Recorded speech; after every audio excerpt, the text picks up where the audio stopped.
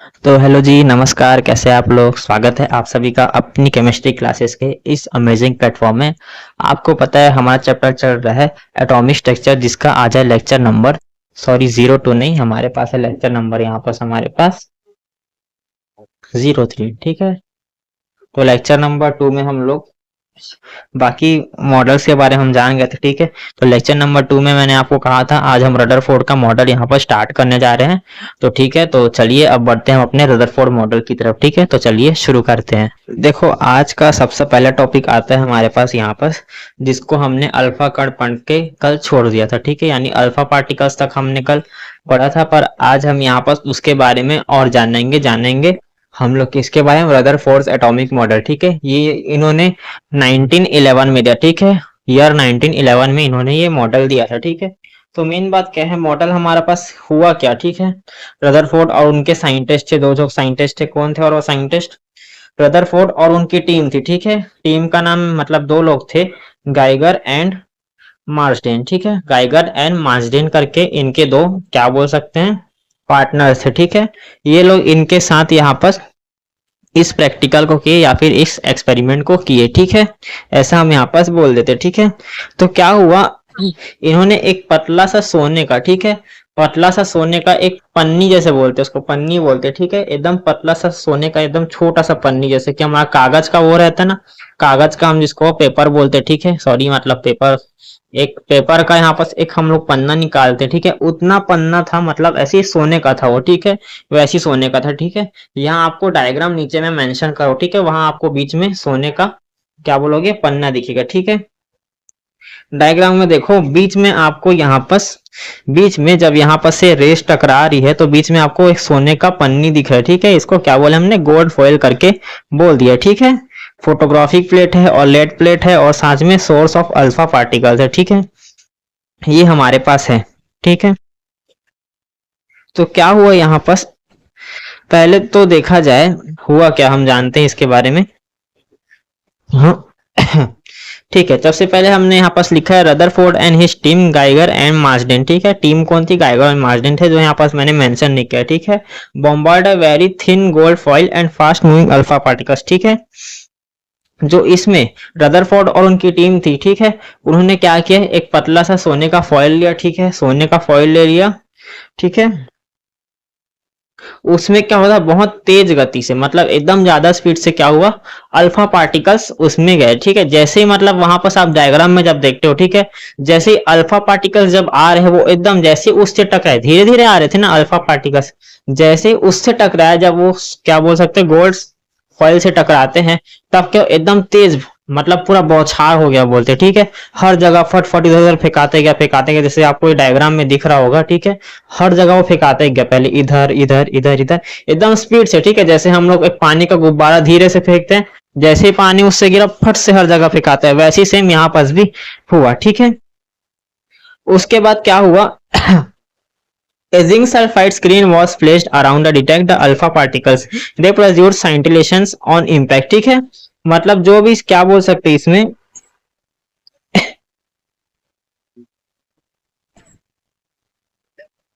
Alpha particle जिससे टकराए थे। ठीक है, अल्फा पार्टिकल सबसे पहले गोल्ड फॉइल से टकराए। ठीक है, उसके बाद जिस प्लेट से वो लोग इधर उधर टकराए, ठीक है, वो क्या था, जिंक सल्फाइड से बना हुआ एक प्लेट था। ठीक है, इसके ऑब्जर्वेशन के बारे में बात करें, ठीक है, तो क्या हुआ, मोस्ट अल्फा पार्टिकल्स क्या बोले, सीधे चले गए। ठीक है, सीधे सीधे चले गए। ठीक है, जिंक सल्फाइड से सीधे सीधे निकल गए। ठीक है, मतलब सीधे सीधे निकले, ये मैं कह रहा हूँ जिंक सल्फाइड के बारे में बात करें। ठीक है, जिंक सल्फाइड भी एक एटम हो रखा है, सल्फर भी एक एटम हो रखा है। ठीक है, जिंक भी एटम है और सल्फर भी एटम है। ठीक है, इस बात पे गौर करना। ठीक है, मेन क्या हुआ, जब यहाँ पर आप देखोगे, ये यहाँ पर गोल्ड फॉइल से टकरा गई, नहीं गोल्ड फॉइल से वहां पर टकरा गई, फिर क्या हुआ, यहाँ पर जैसे टकराई गई और बाहर ही चले गए कुछ कुछ। ठीक है, बाहर ही चले गए, मतलब हम बोल सकते हैं कि वहां पर कुछ कुछ छोटे छोटे वहां पर होल्स थे, कुछ कुछ वहां पर होल्स थे। ठीक है, ऐसा इसी कारण वो सीधा सीधा निकल गया। ठीक है, वापस टकराया नहीं। ठीक है, यानी कि बोल सकते हैं हम एटम का लगभग थोड़ा बहुत जो भी वहां पार्ट होता है, वो क्या बोल सकते हो, खाली होता है, ब्लैंक होता है। ठीक है, ऐसा हम यहाँ पर बोल सकते हैं।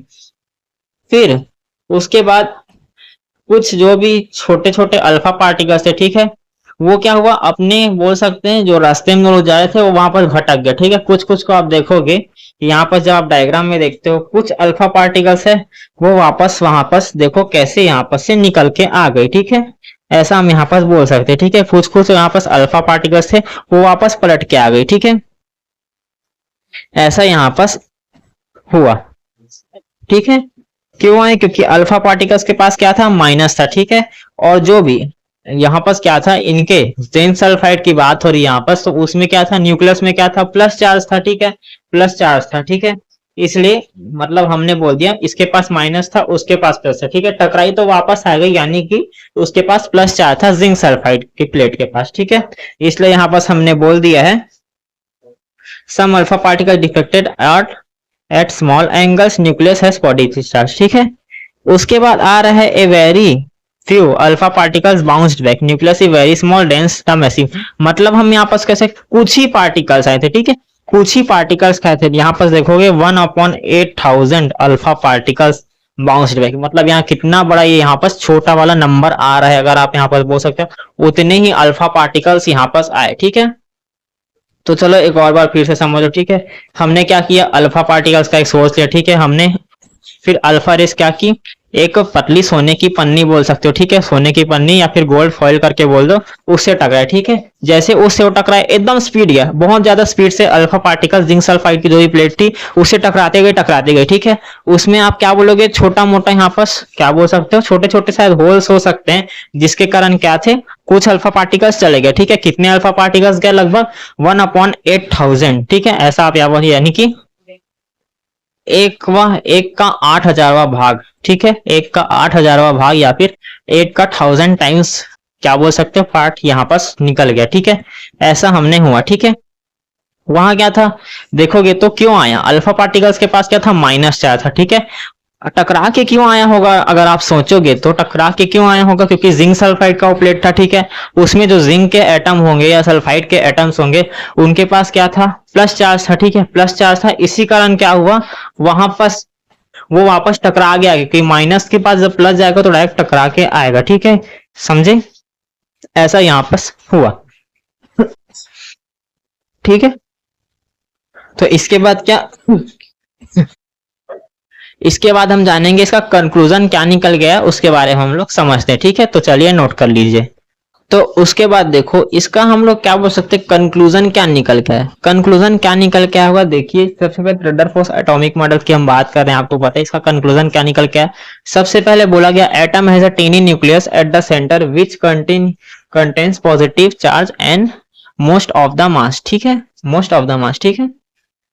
एटम के पास क्या है, एक छोटा सा वो होता है, हमारे पास न्यूक्लियस होता है, ठीक है। जहां हमारे पास पॉजिटिव चार्ज होता है और मतलब प्रोटॉन हो सकते हैं, न्यूट्रॉन्स हो सकते हैं और इलेक्ट्रॉन्स हो सकते हैं, ठीक है। इलेक्ट्रॉन्स नहीं, सॉरी, प्रोटॉन और न्यूट्रॉन्स हो सकते हैं, ठीक है। वहां पास होते हैं, ठीक है, जिसका मास भी होता है, ठीक है।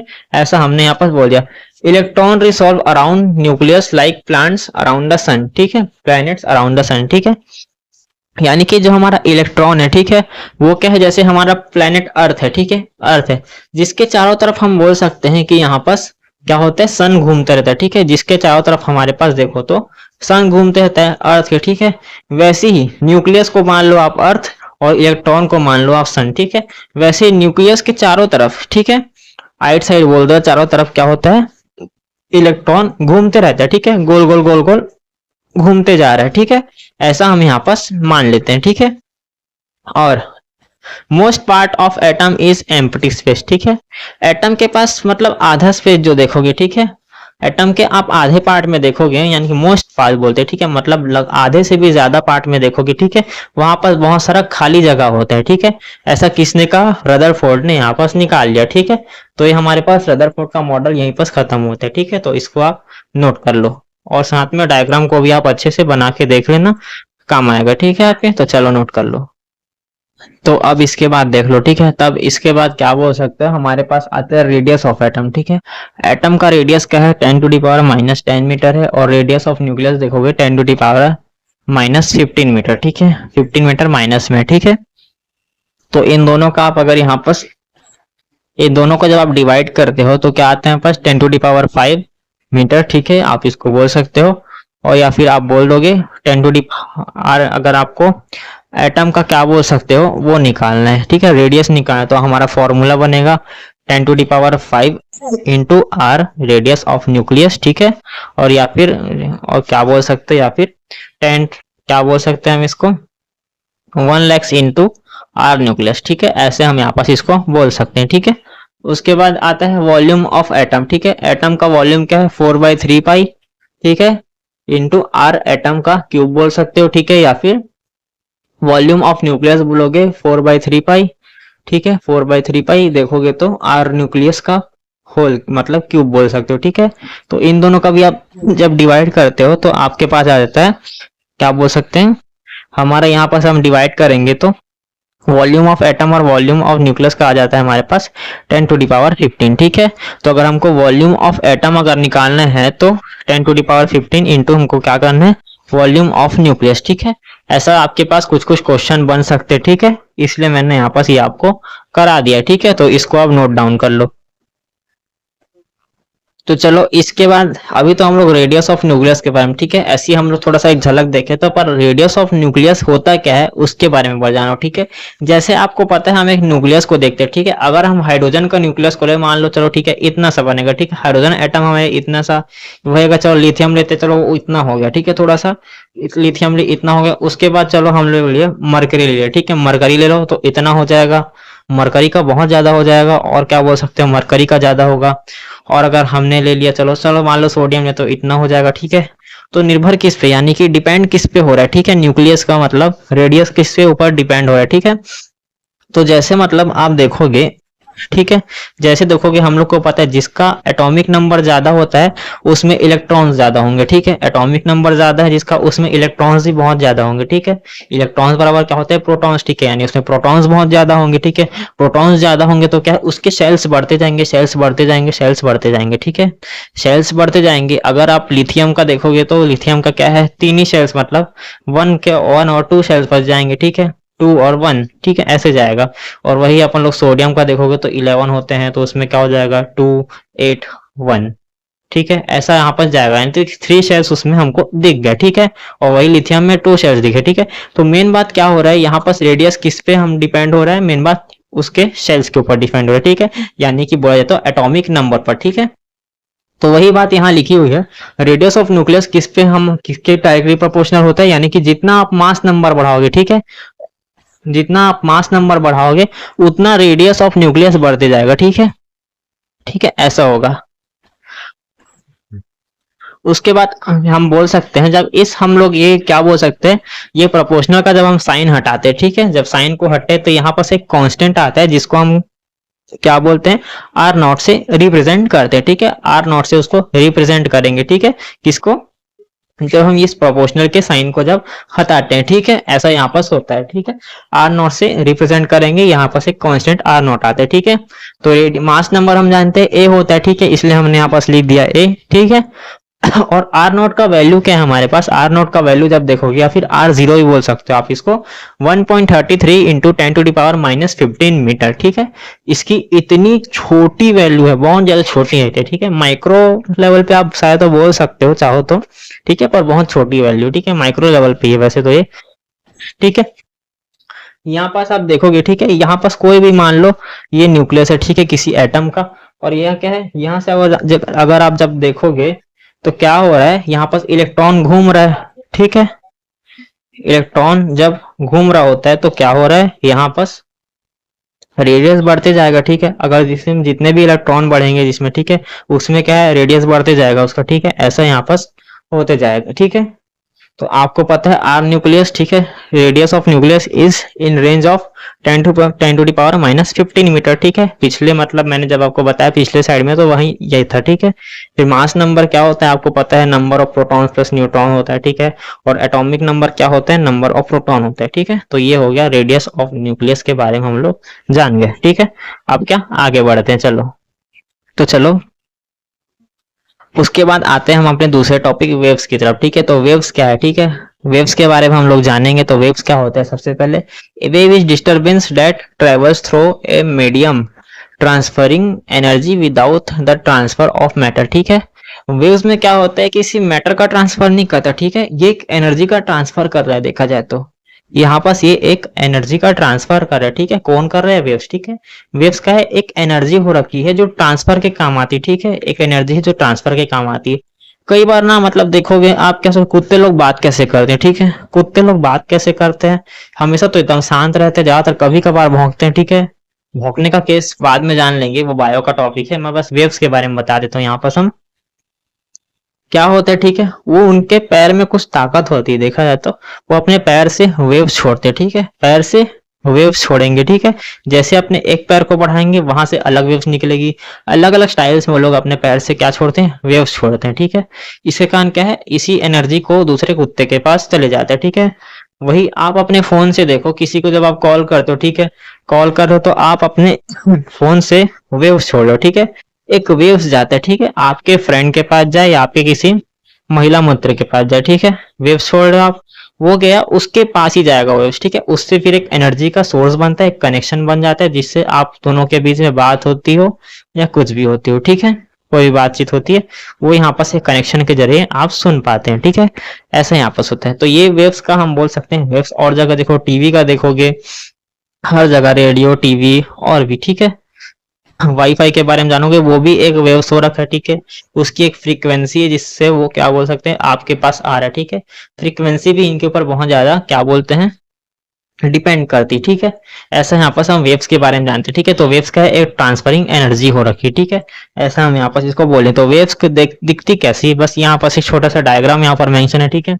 वेव्स के बारे में यहाँ पर आपके एग्जाम में पूछ सकता है, ठीक है। वेव्स, ठीक है, ये क्या डायरेक्ट ऐसे जाएगा, ठीक है। नॉर्मल एक ग्राफ इसका हम इस टाइप से रिप्रेजेंट करते, ठीक है। इन ग्राफ, ठीक है।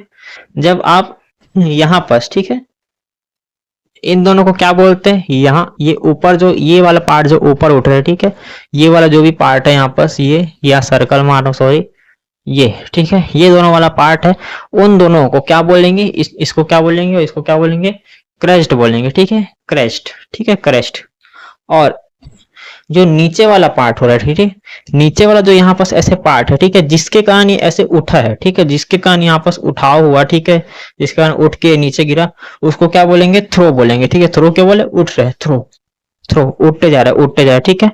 जैसे ही उठा क्या बना? क्रेस्ट बना दिया, ठीक है। और पर यहाँ पास जब ये वेव्स जा रहा है, ठीक है, यहाँ पास की जो भी यहाँ पास ये दूरी बोलोगे आप, ठीक है, यहाँ से यहाँ तक का आप मान लो, ठीक है। इसको क्या बोल देंगे हम? एम्पलीट्यूड करके बोलते हैं, ठीक है। एम्पलीट्यूड, जिसको हम ए से रिप्रेजेंट यहाँ पास कर रहे हैं, ठीक है। और यहाँ पास इन दोनों, ठीक है, इन दोनों की यहाँ पास जो भी हम इनके बीच का डिस्टेंस है उसको क्या बोलेंगे हम?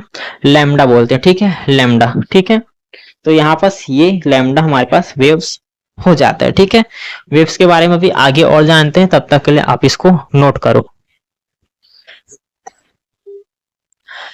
तो चलो यहाँ पर देखो, ठीक है, इसके बाद हम वेव्स के बारे में तो जाना, ठीक है। तो सबसे पहले वेव लेंथ के बारे में जानते हैं, ठीक है। तो वेव लेंथ क्या होता है हमारे पास? Distance between two consecutive crest और थ्रो, ठीक है। क्रेस्ट और थ्रो के बीच की दूरी को हम क्या बोलेंगे? बीच के डिस्टेंस को हम क्या बोल देंगे? वेवलेंथ, ठीक है। एक क्रेस्ट, ठीक है, अभी हमने यहाँ पर जाना था, क्रेस्ट और थ्रो बनता है, क्रेस्ट और नीचे थ्रो, ठीक है। उनके बीच की दूरी क्या बोल देंगे हम? वेवलेंथ बोल देंगे, ठीक है। तो वेवलेंथ को हम क्या बोलते हैं? यूनिट ऑफ लेंथ, ठीक है। इसकी यूनिट क्या है? वेवलेंथ की, ठीक है। तो जो लेंथ की यूनिट है वही वेवलेंथ की यूनिट होती है, ठीक है। फिर आता है वेव नंबर, ठीक है, number of waves per unit length, ठीक है। पर यूनिट लेंथ में देखोगे तो नंबर ऑफ वेव्स, ठीक है, कितने वेव्स यहाँ पास निकलते जा रहे हैं, ठीक है।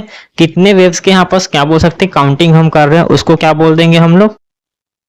वेव नंबर, ठीक है। तो इसका यहाँ पास फॉर्मूला है एक ठो न्यू, इसको हम क्या बोलते हैं? ये वी टाइप से जो दिख रहा है उसको बोलते हैं न्यू बोलते हैं, ठीक है, न्यू, ठीक है। न्यू बराबर 1/λ, ठीक है, इसको लैम्डा बोल देते, ठीक है। फिर आता है फ्रीक्वेंसी, ठीक है, it is number of revolution cycles पर सेकंड, ठीक है। मतलब क्या बोलोगे? चलो ये माइक को मैं लेता हूँ, ठीक है। माइक एक ऐसी वेव्स बनाते, ठीक है। ऐसे हमारे पास क्या है? एक वेव्स निकल रहा है, ठीक है। ऐसे ही हमारे पास एक वेव्स निकल रहा है, ठीक है। ऐसे ऐसे करके पहला वेव ऐसे गया, फिर ऐसे निकल रहा है, ठीक है, ये। फिर इसके बाद क्या है? ऐसे निकल, ठीक है, चलो ऐसे निकल रहा है, ठीक है। कितना हो गया? यहाँ से एक बोल दो, यहाँ से दो बोल दो और यहाँ से तीन, ठीक है। एक दो तीन, ठीक है, तीन हमारे पास यहाँ पास बना, ठीक है। एक बार दिखा देता हूँ, चलो देखो।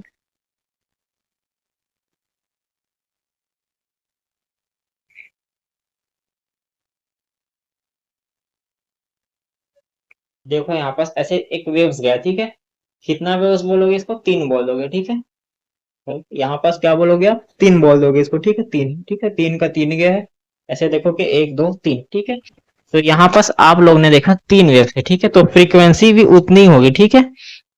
पर साइकिल पर सेकंड में यहाँ पास कितनी फ्रीक्वेंसी, मतलब कितना बार ये ऊपर नीचे हो रहा है, ठीक है।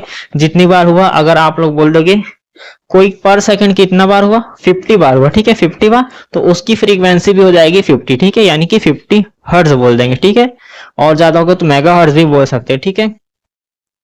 तो इसकी भी यूनिट क्या है? हर्ट्ज है। और या फिर साइकिल पर सेकंड ऐसे हम इसको बोल देते, ठीक है। तो इसको नोट कर लो। तो इसके बाद देखो, इसके बाद क्या आ रहा है हमारे पास? आ रहा है टाइम पीरियड, ठीक है। Time taken to complete a wave cycle, ठीक है। यानी कि एक वेव साइकिल को, जैसे कि एक बार में 50 हर्ट्ज गया, ठीक है। बार बार ऐसे 50 हर्ट्ज ऐसे जाते गया, ठीक है। वेव्स जाते गया, ठीक है। वेव्स जाते गया, ठीक है। जाते गया, ठीक है। ऐसा यहाँ पर चला, ठीक है। ऐसा यहाँ पर चलते गया। तो क्या हुआ, उसमें जितना टाइम लगा, ठीक है। मतलब मैं इसको ले रहा हूँ 1 2 3 4 5 6 7 ऐसे वेव्स गया, ठीक है। वेव्स जाते गया, ठीक है। तो उसमें कितना टाइम लगा, ठीक है। मान लो इसको 1 मिनट लगा, ठीक है। उसी को पर साइकिल में हमारे पास एक साइकिल कंप्लीट हो गया, तो कितना मतलब 1 मिनट लग गया, ठीक है। तो उसको क्या बोल देंगे? इसका टाइम पीरियड बोल देंगे, बस, ठीक है। टाइम पीरियड उसी को बोल देंगे, ठीक है। उसके बाद आता है वेलोसिटी ऑफ वेव, ठीक है। तो इसको क्या बोल देंगे? फ्रीक्वेंसी इनटू वेवलेंथ, ठीक है। इससे वेलोसिटी तो आपको जानते हैं, यानी कि स्पीड उसकी, वेव की यहाँ पर स्पीड के बारे में बात होगा, ठीक है। ऐसा यहाँ पास होगा, ठीक है। तो इसके बाद क्या बोल सकते हैं? वेव्स तो यहाँ पास खत्म हो चुका है। उसके बाद हम, इसके बाद एक और इसका टॉपिक है वेव्स का, याद नहीं आ रहा, एक बार देखा जाए जरा। हम्म इसके बाद हम कल पढ़ेंगे wave nature of electromagnetic radiation, ठीक है। इलेक्ट्रोमैग्नेटिक रेडिएशन का हम यहाँ पर वेव नेचर को जानेंगे, ठीक है। तो वैसे देखा जाए, काफी लोग सोचते हैं कि भैया लिख लिख के लाते हैं, लिख लिख के लाते हैं, पर बात तो वो नहीं है। लिख लिख के लाने वाली बात नहीं। क्या होता है कि टाइम कम रहता है हमारे पास, और बहुत सारा है आपका सिलेबस, ठीक है। नीट जेई का सिलेबस यहाँ कराया जा रहा है, तो टाइम तो ज्यादा लगेगा ही ना। इसलिए कुछ कुछ चीजों को, बहुत सारी चीजों को लिख के ले आता हूँ। न्यूमेरिकल भी कई बार यही सोल्यूशन के साथ ही दे देता है, ऐसा होता है, ठीक है। वही अगर कोई स्मार्ट बोर्ड टीचर क्या करता है, पूरा लिख के ले आता है, पर उसको कोई कुछ नहीं बोलता। अगर यहाँ व्हाइट बोर्ड में लिख के आऊँ तो ऐसा कुछ हो सकता है, ठीक है। पर बात वो नहीं है। आपको कैसे बस समझ आना चाहिए, चाहे जैसे भी हम आपको पढ़ाए, ठीक है। तो कोशिश जारी रहेगा आपके लिए, और आगे मेहनत करते रहेंगे। तब तक के लिए आज हम अलविदा लेते हैं, ठीक है। तो अगले लेक्चर में मिलते हैं, ठीक है। Bye bye.